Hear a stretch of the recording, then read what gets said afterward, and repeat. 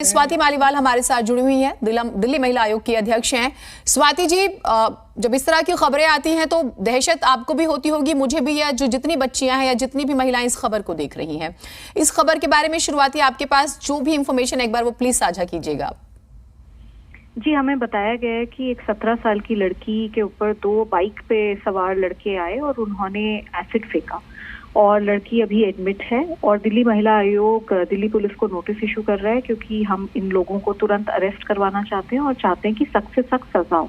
लड़की के पास हमारी टीम पहुंच चुकी है और हम मदद करने की कोशिश कर रहे हैं। पर जो सवाल उठ रहा है वो ये है कि ये दहशत दिल्ली में, देश की राजधानी में बढ़ती चली जा रही है।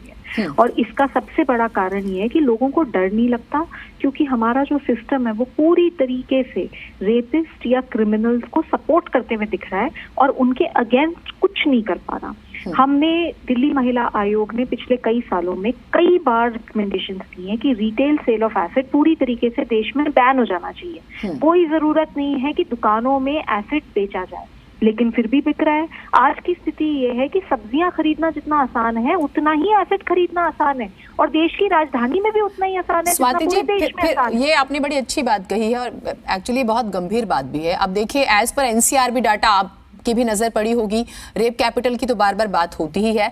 2018 में 31 मामले सामने आते हैं, 19 में 150 हो जाते हैं और 20 में 105, यानी कि 2018 से 20 के बीच में 386। अब सुप्रीम कोर्ट ने कहा है कि जो बेच रहा है उसके पास भी लाइसेंस होना जरूरी है और जो खरीद रहा है उसको भी अपनी फोटो देनी होगी और आईडी कार्ड सबमिट करना होगा। यानी कि हम ये माने कि जबरदस्त तरीके से लापरवाही हो रही है। और आप जो कह रही है कि सब्जियां खरीदना आसान है, उससे भी ज्यादा आसान है, क्या बिना सांठ-गांठ के मुमकिन है या ये जबरदस्त तरीके से लापरवाही है, भगवान भरोसे छोड़ा हुआ है? जी बिल्कुल, भगवान भरोसे ही छोड़ा हुआ है। और मैंने 2 महीने पहले एक रिपोर्ट निकाल के दी थी, सरकार को सबमिट करी थी और हमने नोटिस करे थे, समन्स इशू करे थे और उसके द्वारा हमें पता चला था कि जैसे एसडीएम की जिम्मेदारी होती है कि वो सुप्रीम कोर्ट के ऑर्डर को इम्प्लीमेंट करें, इंस्पेक्शंस करें, सरप्राइज इंस्पेक्शंस हो, रेड्स हो, पेनल्टीज हो जहाँ पे पाया जा रहा है कि गलत तरीके से एसिड बेचा जा रहा है। तो एक प्रॉपर सिस्टम बना हुआ है, लेकिन उस सिस्टम को इम्प्लीमेंट नहीं करा जा रहा। हमारी रिपोर्ट ने दर्शाया कि किस तरीके से कई एसडीएम ऐसे हैं जिन्होंने आज तक एक इंस्पेक्शन नहीं कर रखा।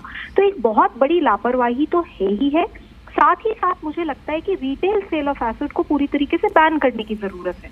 अगर आप बांग्लादेश का एग्जांपल देखेंगे तो बांग्लादेश में भी ऐसे ही बहुत ज्यादा एसिड अटैक होते थे, हमसे कहीं ज्यादा होते थे। और उसके बाद उन्होंने एक कानून बनाया जिसमें retail sale of acid ban किया गया और एसिड अटैक की पनिशमेंट बहुत ज्यादा बढ़ा दी गई।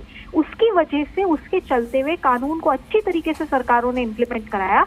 आज की स्थिति ये है कि उनके एसिड अटैक्स ना के बराबर हो गए। तो जब बांग्लादेश कर सकता है तो भारत क्यों नहीं कर सकता?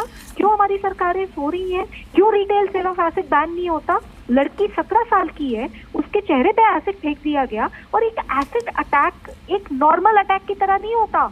एसिड अटैक एक ऐसी चीज होती है जो कि आपके पूरे स्किन में, आपकी बॉडी में, आपके ऑर्गन्स में एसिड पहुंच जाता है और वो जिंदगी भर आपको करोड़ करता रहता है। ठीक है स्वाति जी, आईपीसी की धारा 326A कहती है कि अगर कोई आपके ऊपर इस तरह से अटैक करता है, आपके शरीर को नुकसान पहुंचाने के लिए, जो बात आप कह रही हैं, तो उस हिसाब से कम 10 साल की सजा है और ज्यादा से ज्यादा उम्र कैद है और गैर जमानती भी है। आप ये मानते हैं कि इसको और स्ट्रिक्ट करने की जरूरत है और सख्त करने की जरूरत है इस कानून को? इस पर बहस होनी चाहिए। हमारे पास बार बार आंकड़े आते हैं।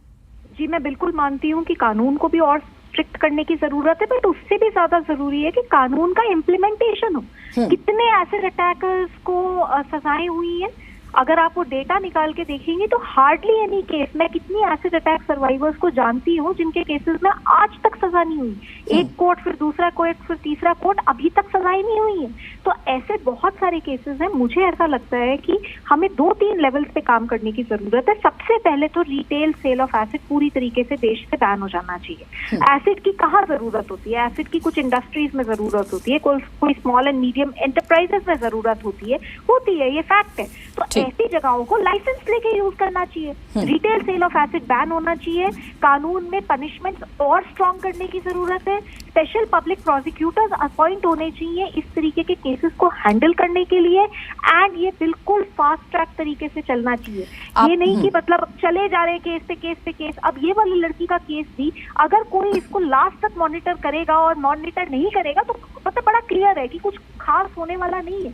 आज दिल्ली पुलिस अरेस्ट कर लेगी, प्रेशर है, हम लोग भी नोटिस इशू कर रहे हैं, लेकिन क्या उनको एक्चुअली सजाएं मिलेंगी? जब तक इन ऐसे लोगों को हर हाल में सजाएं ना हो, तुरंत सजाएं ना हो, एक स्ट्रॉन्ग सजा ना हो।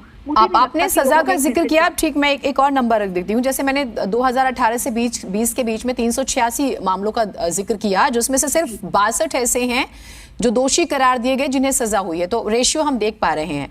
अभी कुछ बच्चियों से हमारे कुछ सहयोगियों ने बात की, स्वाति जी, वो ये कहती हैं कि पेट्रोलिंग बढ़नी चाहिए, सीसीटीवी कैमरे लगने चाहिए ज्यादा से ज्यादा। हम लॉ की भी बात कर रहे हैं, बहुत सख्त होना चाहिए। मैं एक चीज और समझना चाहती हूँ, दिल्ली महिला आयोग अगर नोटिस जारी करती है, मैं कोऑर्डिनेशन वाले पार्ट पर बात करना चाहती हूँ कि दिल्ली पुलिस के बीच में और दिल्ली महिला आयोग के बीच में कोऑर्डिनेशन अच्छा है।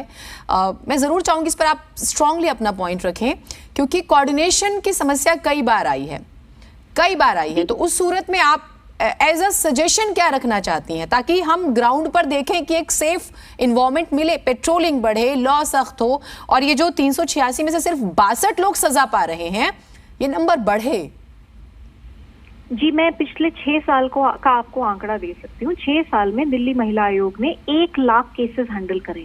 ये 1 लाख केसेस वो हैं जो दिल्ली पुलिस से त्रस्त होकर दिल्ली महिला आयोग आए हैं। तो फैक्ट तो यही है, अगर दिल्ली पुलिस अच्छे से काम करना शुरू कर दे तो फिर दिल्ली महिला आयोग की कोई जरूरत ही नहीं है किसी को।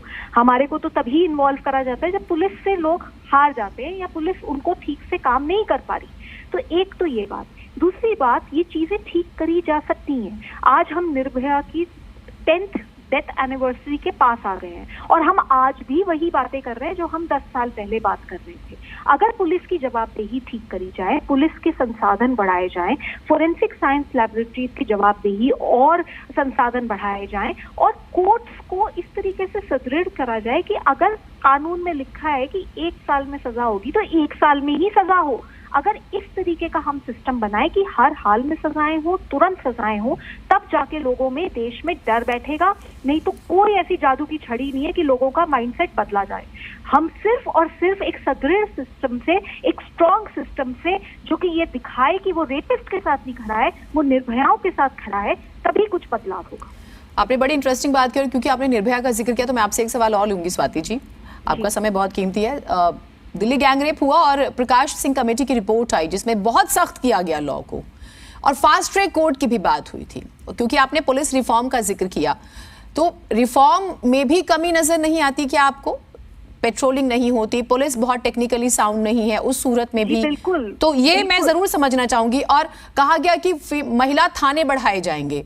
महिलाएं बहुत खुलकर नहीं बोल पाती हैं। सुबह 4 बजे जाइए महिला आयोग के दफ्तर के बाहर, आपको महिलाएं मिल जाएंगी दूर दराज से आके अपनी समस्या बताने के लिए। तो क्या महिला थाने बढ़ाए जाने चाहिए? कम्युनिकेशन गैप जो जबरदस्त तरीके से है वो कम होना चाहिए, तब स्थिति बेहतर होगी।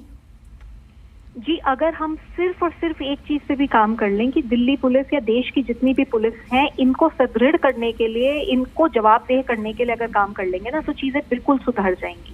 क्योंकि फैक्ट ये है कि पुलिस का डर नहीं है लोगों में। आप ये देखिए, ये इंसिडेंट भी जो हुआ है ये खुलेआम हुआ है, सरेआम हुआ है। 7:30 बजे वहां कितने सारे लोग थे, तो जो लोग आए क्रिमिनल्स थे, उनके अंदर बिल्कुल डर नहीं था कि हम पकड़े जाएंगे, हमारे साथ कुछ गलत हो जाएगा। कौन सी पेट्रोलिंग है? किस पेट्रोलिंग की बात कर रहे हैं? ये पेट्रोलिंग कहाँ होती है? क्या किसी को दिखती है? मैं तो दिल्ली महिला आयोग की अध्यक्ष हूँ, मैंने सिक्योरिटी नहीं ले रखी है। काफी बार मैं रात में मेट्रो से ट्रैवल करके वापस आ रही होती हूँ, मेरे को डर लगता है, मेरे को ऐसा महसूस होता है कि मेरे साथ कुछ घटना घट जाएगी। तो दिल्ली में ऐसी कोई महिला नहीं है जो ये महसूस नहीं करती।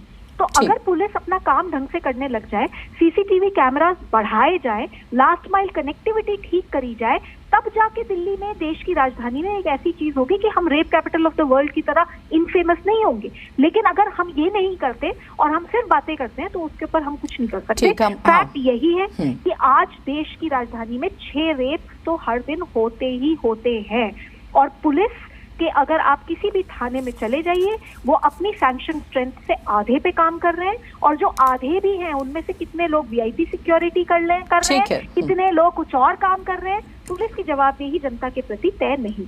ठीक है स्वाति जी, बहुत शुक्रिया आप हमारे साथ जुड़ी। उम्मीद करते हैं कि दिल्ली महिला आयोग भी, दिल्ली पुलिस भी, दिल्ली सरकार भी, केंद्र सरकार भी मिलकर काम करेंगे, तभी दिल्ली सुरक्षित बनेगी।